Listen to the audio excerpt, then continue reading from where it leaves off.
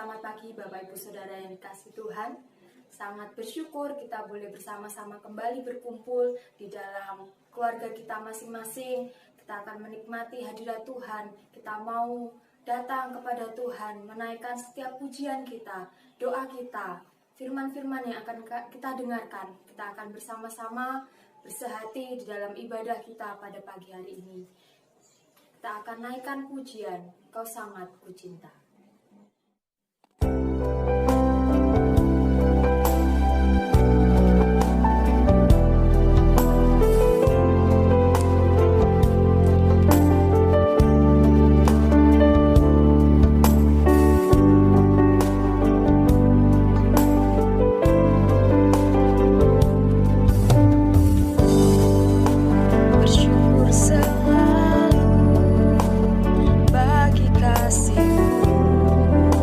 Di dalam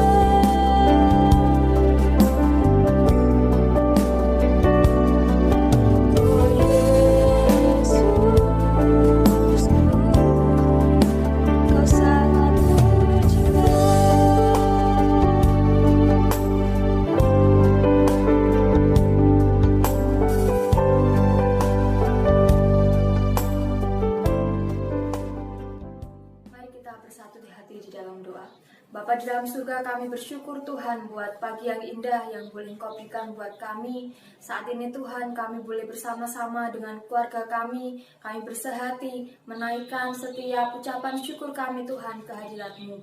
Dan biarlah Tuhan, pada pagi hari ini, ibadah kami berkenan di hadapan-Mu ya Tuhan. Layakkan setiap hati kami, pikiran kami untuk kami boleh datang sujud di hadirat-Mu. Terima kasih Tuhan, Kau sertai ibadah kami dari awal pertengahan hingga akhirnya. Biarlah Engkau sendiri Tuhan Yesus yang akan memberkati.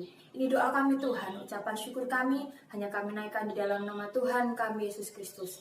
Amin. Kita akan terus memuji nama Tuhan, kita akan naikkan pujian. Jangan lelah.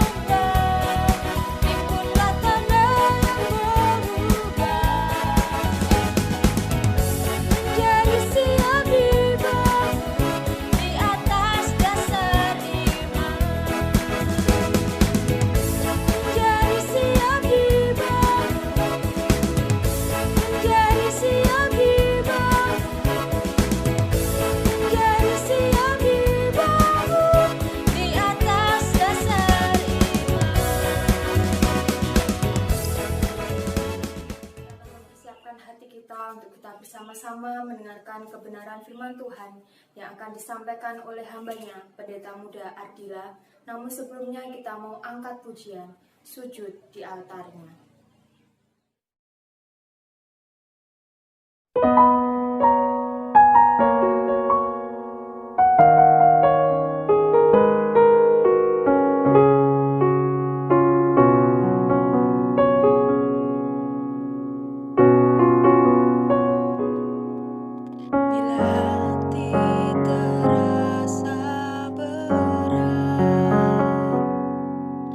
Seorang pun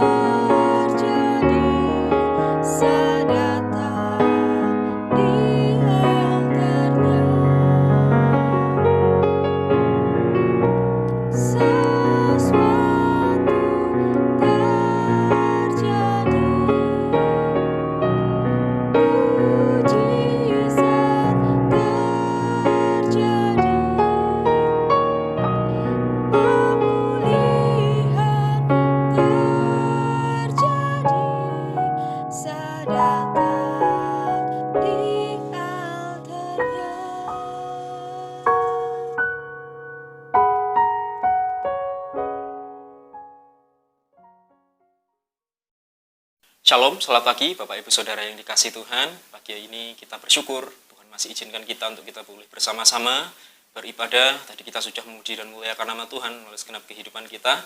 Dan sebentar kita mau belajar kembali merenungkan firman Tuhan. Tapi sebelumnya mari kita akan berdoa, mohon pimpinan dan penyertaan Tuhan. Bila kiranya Tuhan boleh hadir, boleh menyertai kita, menjamah hati dan pikiran kita, sehingga kita boleh menerima berkat yang daripada Tuhan. Mari kita akan berdoa bersama-sama. Segala puji, sembah, dan syukur kami naikkan kepadamu Tuhan.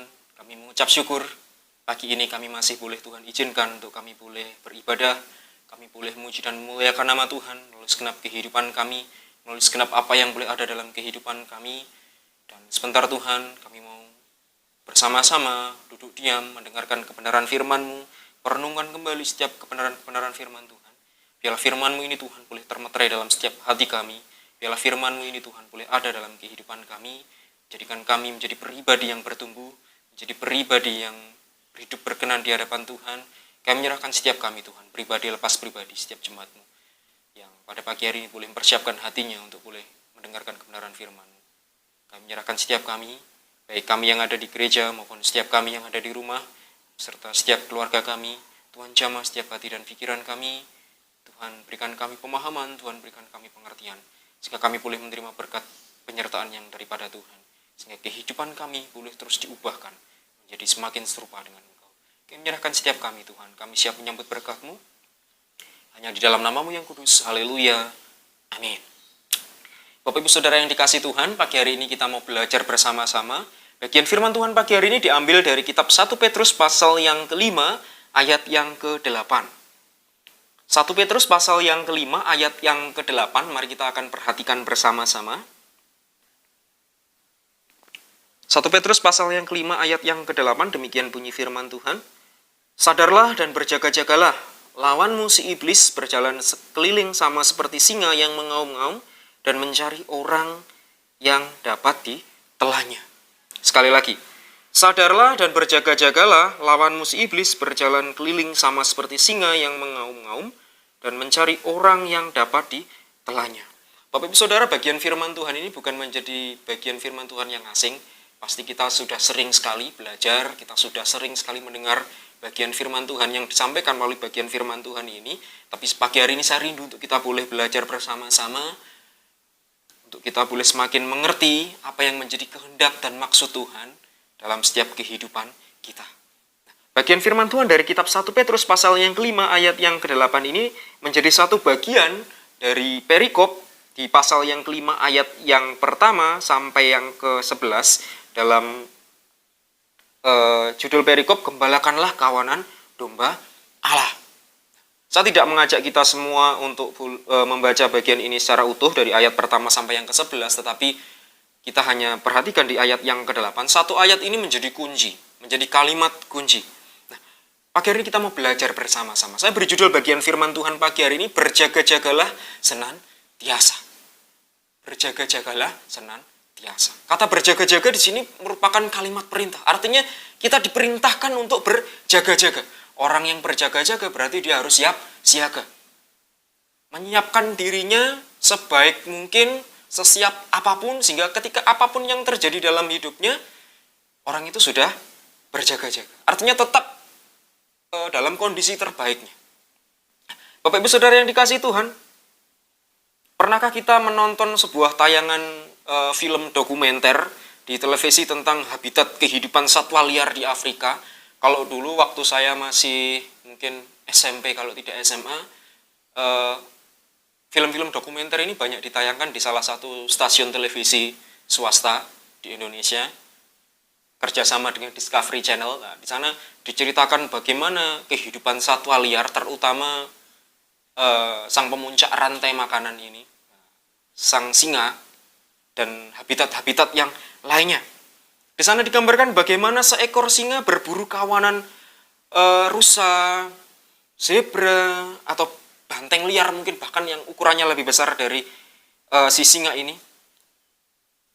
Nah, kalau kita perhatikan dalam tayangan tersebut, singa-singa tersebut biasanya akan menghabiskan waktu berjam-jam hanya untuk mengamati mangsanya. Mana mangsa yang terlihat lemah, dia akan pantau terus-menerus berjam-jam. Artinya dia siap siaga menanti mangsanya. Singa memilih menghabiskan waktu berjam-jam untuk memilih mangsa. Artinya mana mangsa yang tepat, mana mangsa yang kelihatannya lemah, yang bisa disergap, yang bisa dijadikan makanannya. Singa lebih memilih mengambil waktu yang demikian lama untuk memantau, dibandingkan dengan waktu sekitar 5 menit yang hanya dibutuhkan untuk mengejar, menangkap mangsanya tersebut. Kenapa kok demikian? Bisa saja, hanya dalam waktu 5 menit ketika dia tahu mangsanya lewat, bisa saja disergap. Tapi kenapa kok singa ini lebih memilih berjam-jam untuk menanti, berjam-jam memantau, melihat situasinya, melihat mana sih mangsanya yang lemah, untuk disergap, untuk dijadikan makanannya. Saudara, ini menjadi gambaran kehidupan kita. Demikian juga dengan iblis.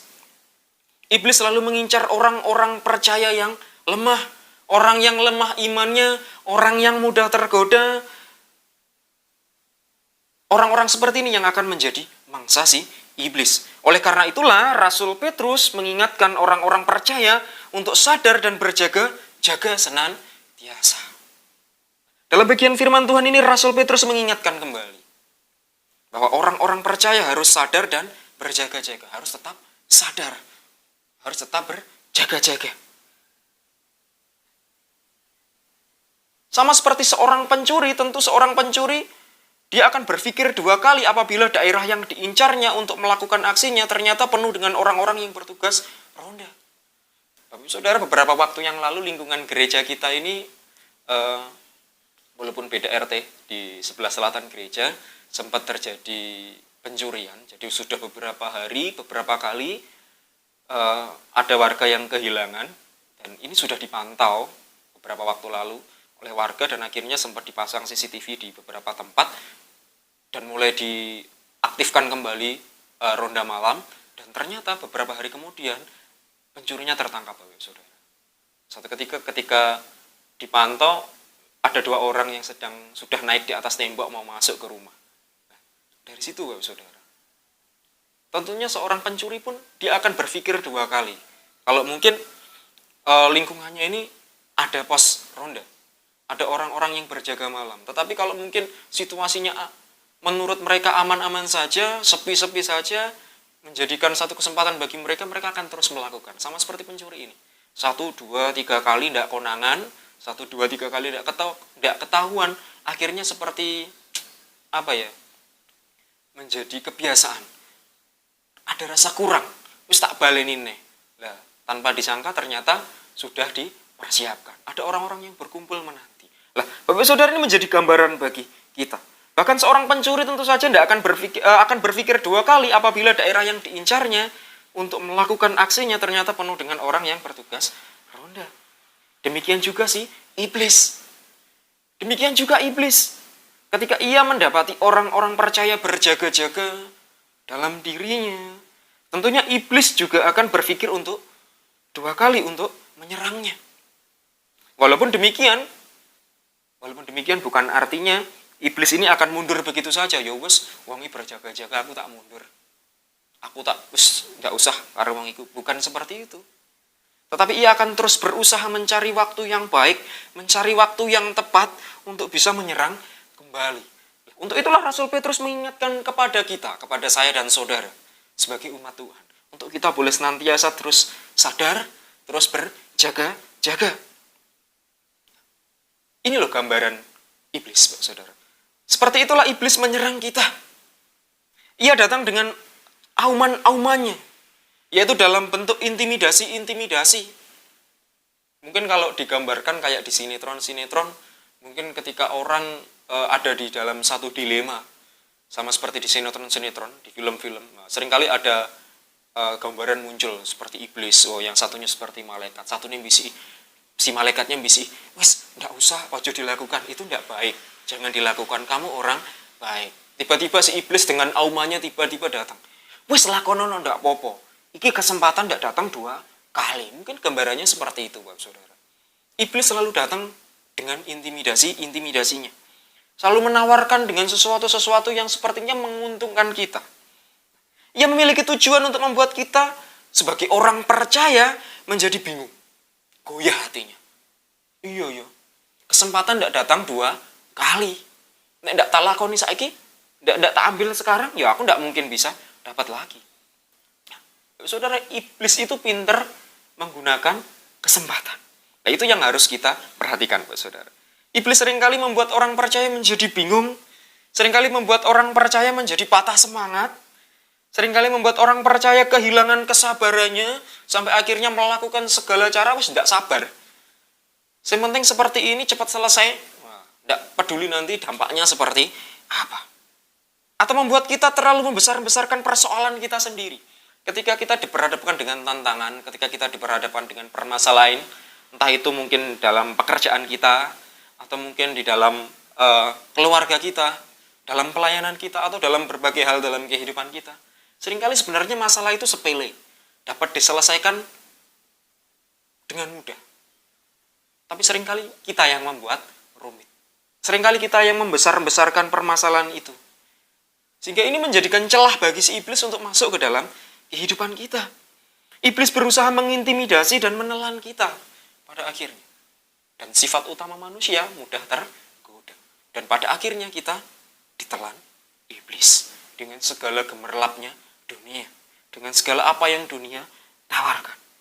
Dan seringkali banyak orang-orang percaya berpikir bahwa ketika itu terjadi, bahwa mereka sudah ditelan si iblis, sudah masuk ke dalam satu lingkaran permasalahan yang ada.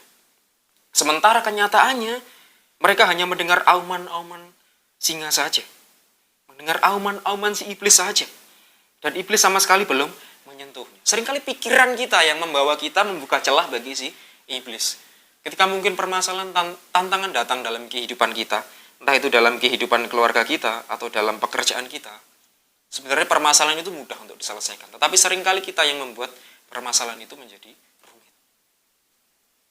Kita terlalu sering mendengarkan suara-suara orang lain daripada mendengar suara Tuhan.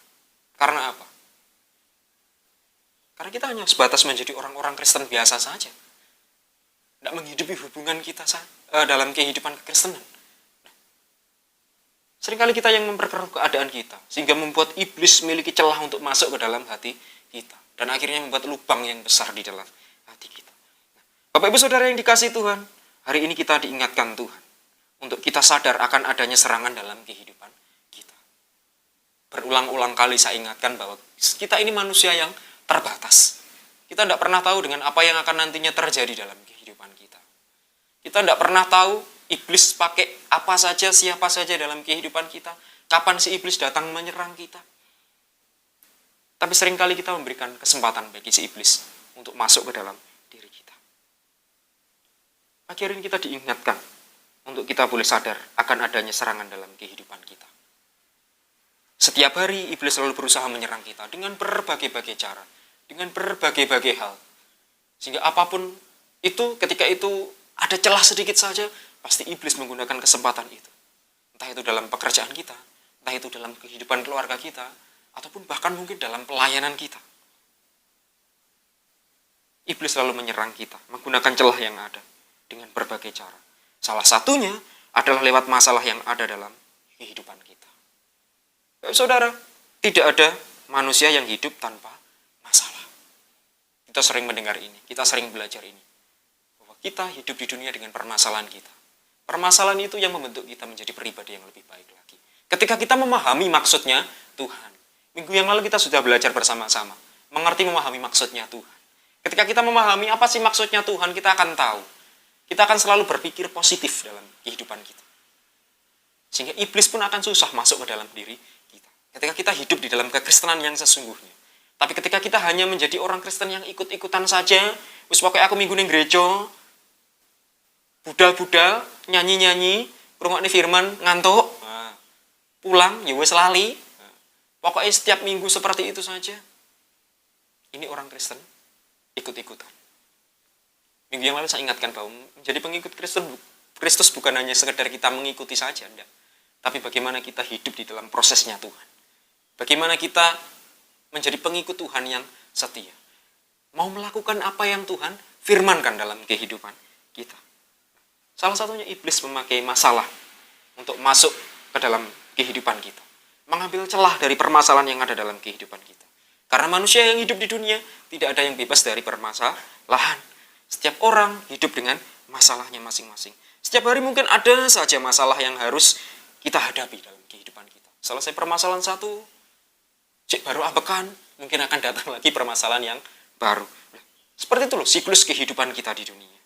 Tapi bukan berarti hidupmu wis masalah tok, enggak. Ketika kita hidup di dalam kekristenan yang sesungguhnya, kita akan mengerti maksudnya Tuhan. Apa yang menjadi maksud Tuhan dalam kehidupan kita. Sehingga kita tidak akan membiarkan membuka celah sedikit pun sehingga iblis masuk dalam kehidupan kita. Tapi saudara yang dikasihi Tuhan, iblis menggunakan berbagai-bagai macam cara untuk menggoda kita, mencari celah untuk masuk ke dalam kehidupan kita. Nah, melalui bagian firman Tuhan pagi hari ini, Tuhan mau setiap kita menjadi orang-orang yang menyadari bahwa ada musuh yang sedang nantikan waktu yang tepat untuk memangsa orang-orang percaya yang dalam keadaan lemah dan dalam keadaan di bawah pengaruh oleh berbagai keadaan. Seringkali kita mudah sekali terpengaruh dengan keadaan. Salah satu sifat utama manusia adalah mudah sekali tergoda. Ketika itu menguntungkan dirinya, ketika itu mungkin bisa untuk dinikmati, seringkali kita mudah sekali tergoda. Mudah sekali masuk, terjebak. Iblis menggunakan hal yang demikian. Iblis memakai keadaan yang demikian untuk mencobai kita, untuk menggoda kita, membuka celah dalam hati kita. Pagi hari ini firman Tuhan ingatkan kepada kita. Kita harus ingat bahwa peperangan yang kita hadapi bukanlah melawan darah dan daging, tetapi melawan kuasa si jahat yang tidak terlihat oleh mata jasmani kita. Tantangan, permasalahan, persoalan yang ada dalam kehidupan kita. Dunia hari-hari ini sedang meninabubukkan umat manusia, termasuk orang-orang percaya. Di luar sana masih banyak orang-orang percaya yang mudah sekali jatuh di dalam pencobaan. Padahal kalau dilihat mungkin mereka sudah lama mengikut Tuhan. Tapi seringkali mereka mudah terjatuh. Mudah tergoda. Karena sifat utama manusia adalah mudah tergoda. Banyak orang percaya yang dalam keadaan tertidur secara rohani. Bagaimana tertidur secara rohani itu? Mereka seolah-olah menjadi orang-orang Kristen yang sesungguhnya. Beribadah rutin. Tetapi dalam kehidupan kekristenannya, ternyata mereka mudah sekali diombang-ambingkan oleh permasalahan. Masih banyak orang-orang yang tertidur secara rohani. Spiritual slumber. Kelihatannya beribadah. Kelihatannya orang yang setia, taat. Tetapi ternyata ketika permasalahan tantangan datang dengan mudahnya meninggalkan Tuhan.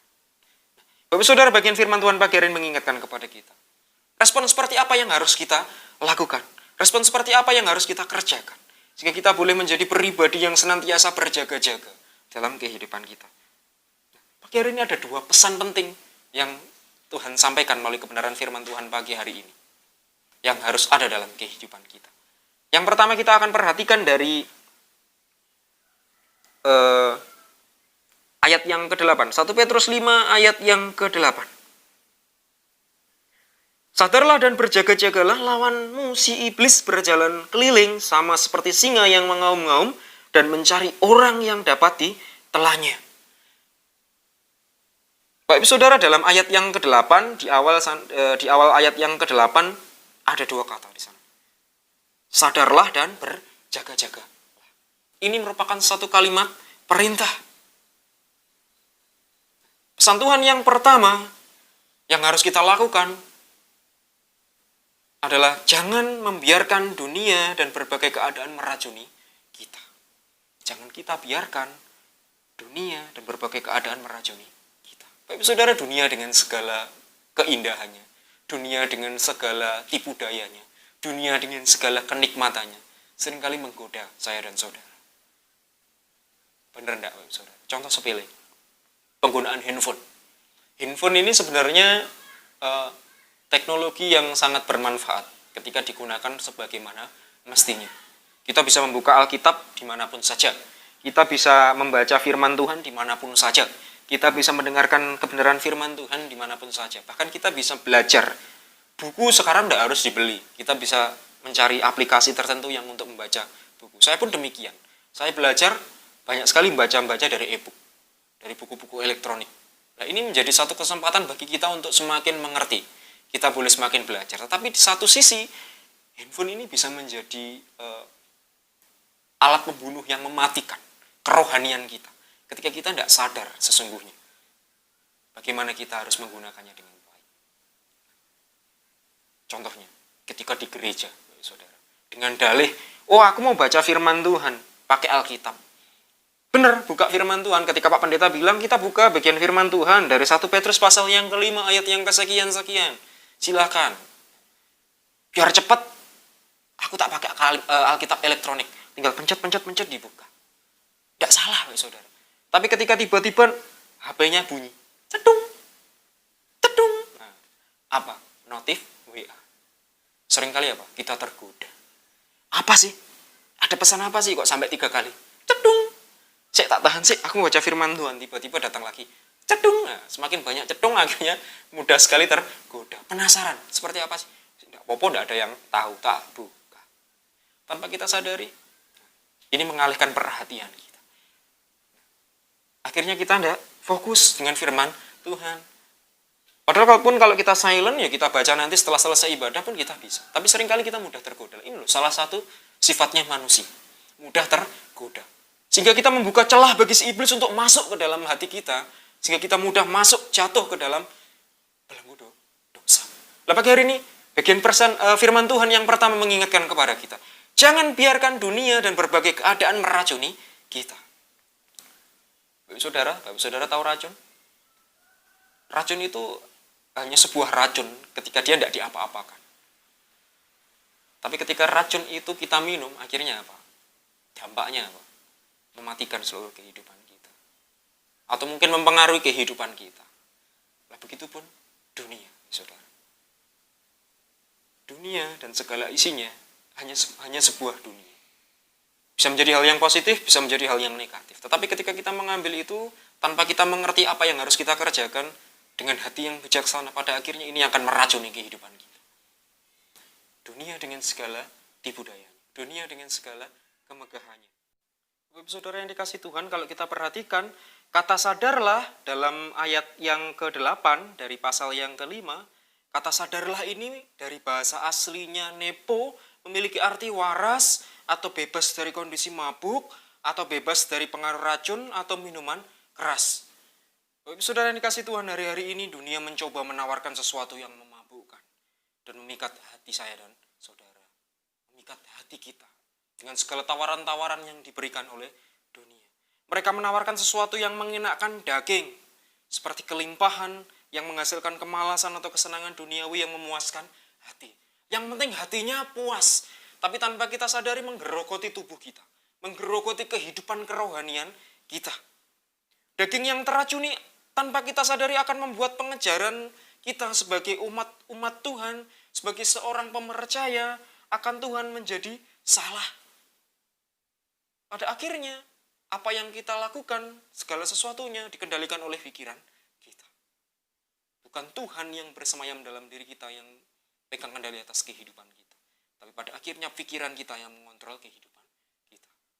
Bahkan dalam kehidupan doa pun akan menjadi berbuahkan dosa ketika pikiran kita yang pegang kendali. Bukan apa yang Tuhan perintahkan dalam kehidupan kita, tapi seolah-olah kita yang mengontrol Tuhan. Kita yang memerintahkan Tuhan dengan segala apa yang kita inginkan. Di luar sana masih banyak kita temui orang-orang yang demikian. Saudara dikasih Tuhan, ternyata keadaan yang memabukkan itu tidak hanya selalu berupa kenikmatan dunia saja, tapi keadaan susah dan sedih karena masalah yang menerpa dan rasa sakit, disakiti oleh sesama pun ketika dibiarkan, ini akan menguasai diri seorang pemercaya. Ketika kita diberhadapkan dengan berbagai situasi, diberhadapkan dengan persoalan, entah itu dalam kehidupan pekerjaan ataupun keluarga kita, tanpa kita mampu mengontrol kehidupan kita, tanpa kita sadari, hal ini pun seringkali dipakai iblis untuk menjadi celah dia masuk dalam kehidupan kita. Akan menguasai diri seorang pemercaya, akan menguasai diri kita sehingga kita mudah sekali terjatuh di dalam tipu daya si iblis. Maka sejak itu ia akan mulai teracuni. Kita akan mulai teracuni ketika kita tidak mampu mengendalikan kehidupan kita. Oleh berbagai perasaan yang berkecamuk di dalam hati. Pikiran kita. Pada akhirnya, pikiran-pikiran yang buruklah yang selalu ada dalam pikiran kita, dalam kehidupan kita. Kemudian iblis dengan tidak segan-segan akan mengatakan bahwa Tuhan itu kejam dan tidak lagi mengasihi saya dan saudara. Pernahkah kita mengalami situasi yang demikian? Ketika kita diberhadapkan dengan situasi, dengan permasalahan yang ada, seolah-olah masalah ini tidak bisa selesai, seolah-olah masalah ini tidak ada ujungnya. Kemudian kita mulai menghakimi Tuhan. Tuhan itu kok seperti ini sih? Aku sudah setia, aku sudah taat kok seperti ini. Seolah-olah aku menanggung masalahku dengan sendirinya. Tuhan kok seolah-olah jauh. Kok Tuhan seolah-olah tidak ada. Bapak saudara yang dikasih Tuhan, pagi hari ini saya mau katakan bahwa bagaimana mungkin kita mampu merasakan kehadiran Tuhan ketika kita saja tidak mampu menjaga hubungan kita. Maka dari itu, jangan biarkan dunia dan berbagai keadaan meracuni kita. Bagaimana caranya? Dengan menjaga pola hubungan kita dengan Tuhan. Menjaga hubungan kita dengan Tuhan melalui senap kehidupan pribadi kita.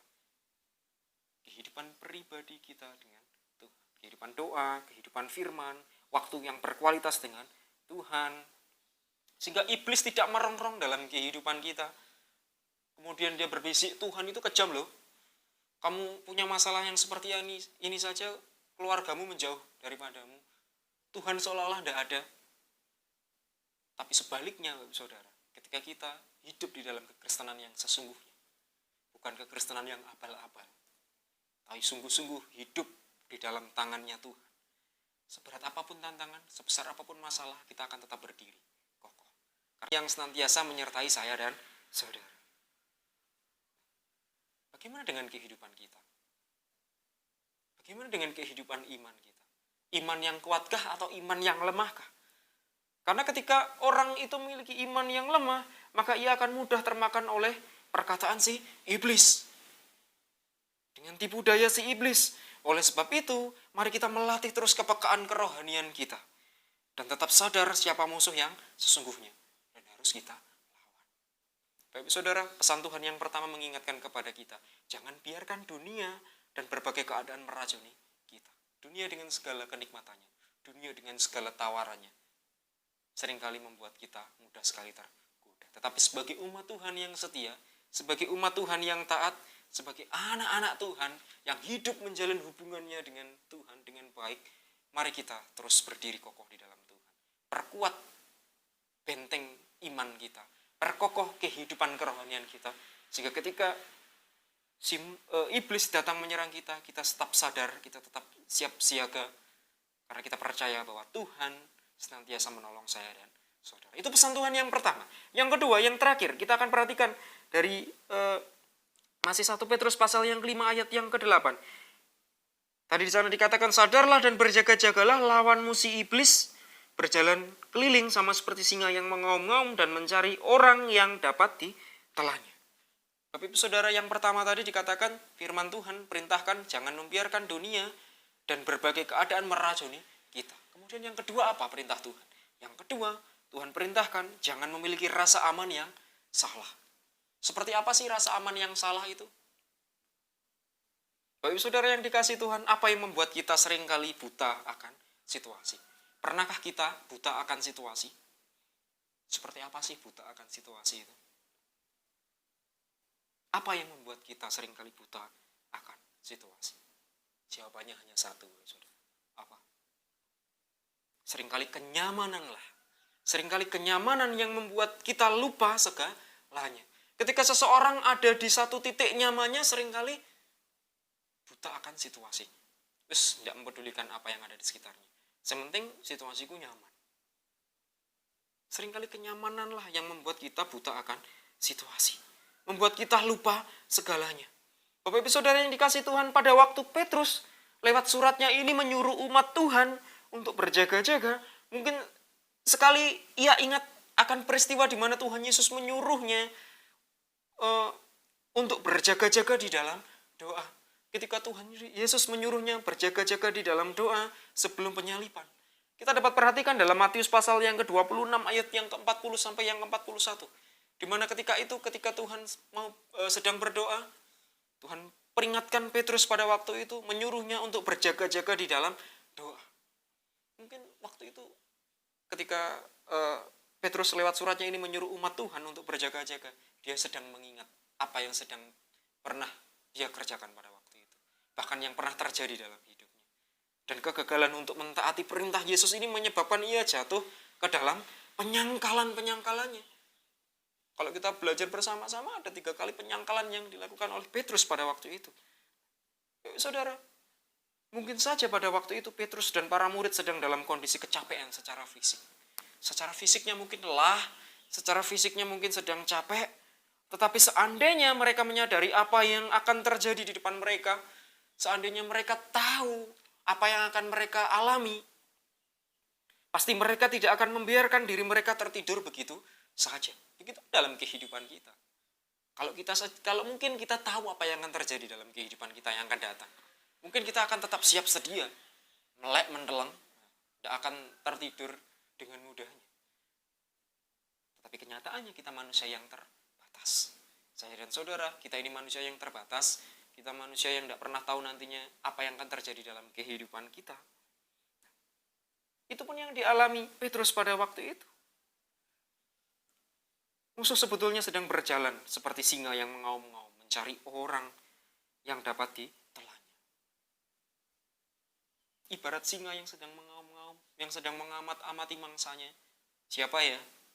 Yang imannya sedang lemah, yang imannya sedang goyah, yang siap diterkamnya. Tetapi kalau kita perhatikan pada waktu itu, tetapi murid-murid kelihatannya merasa aman-aman saja. Mereka merasa aman, mengingat mereka sedang bersama rekan-rekan murid yang lain. Mereka sedang bersama-sama. Bahkan ditambah ada Tuhan Yesus yang sedang berdoa di dalam taman. Maka mereka berpikir inilah saat yang tepat untuk beristirahat. Nah, seringkali aman yang salah ini loh, saudara. Makanya bagian pesan firman Tuhan yang kedua ini mengingatkan kepada kita. Jangan memiliki rasa aman yang salah. Seringkali banyak pemercaya Kristus, seringkali banyak orang-orang percaya, banyak murid-murid Tuhan yang terlena. Oh, sementing aku sudah datang ke gereja, aku sudah mendengarkan firman Tuhan, aku menjadi murid Tuhan yang baik. Aku sudah bersama-sama. Seringkali kita memiliki rasa aman yang salah, terlena dengan situasi kenyamanan yang ada dalam kehidupan kita. Kita tidak pernah tahu, kita lupa bahwa kita ini manusia yang terbatas. Kita manusia yang terbatas, kita yang tidak pernah tahu apa yang akan terjadi di masa yang akan datang. 1 jam ke depan, 2 jam ke depan, bahkan 1 minggu atau mungkin 1 tahun yang akan datang, kita tidak pernah tahu. Tapi saudara yang dikasihi Tuhan, seringkali hal yang demikian yang membuat kita terlena. Memiliki rasa aman yang keliru, memiliki rasa aman yang salah sama seperti para murid pada waktu itu. Karena mereka merasa bersama-sama dengan murid-murid yang lain, karena mereka merasa bersama-sama dengan Tuhan, sehingga mereka terlena.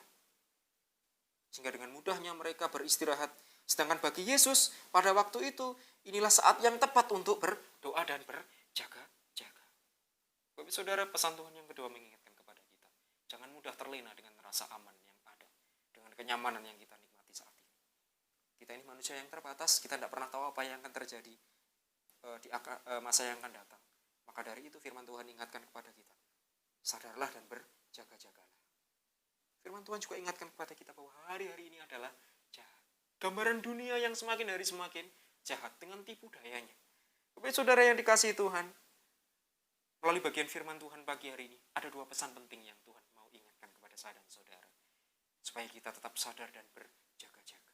Ada dua poin penting, sehingga kita mampu meresponi apa yang Tuhan firmankan.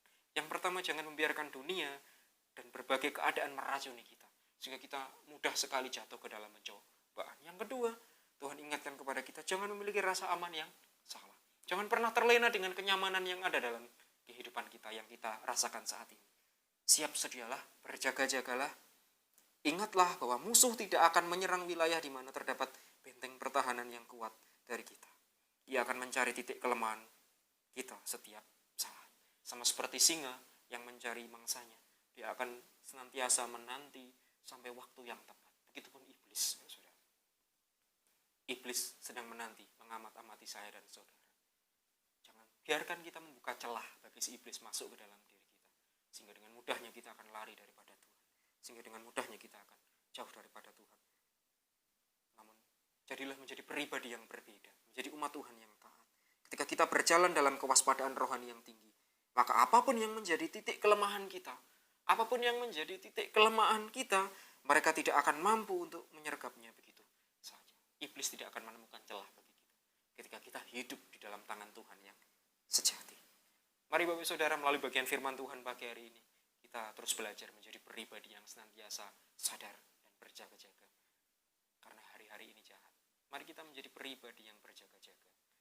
Sehingga kita boleh mengantisipasi, membentengi kehidupan kita dengan kerohanian yang daripada Tuhan.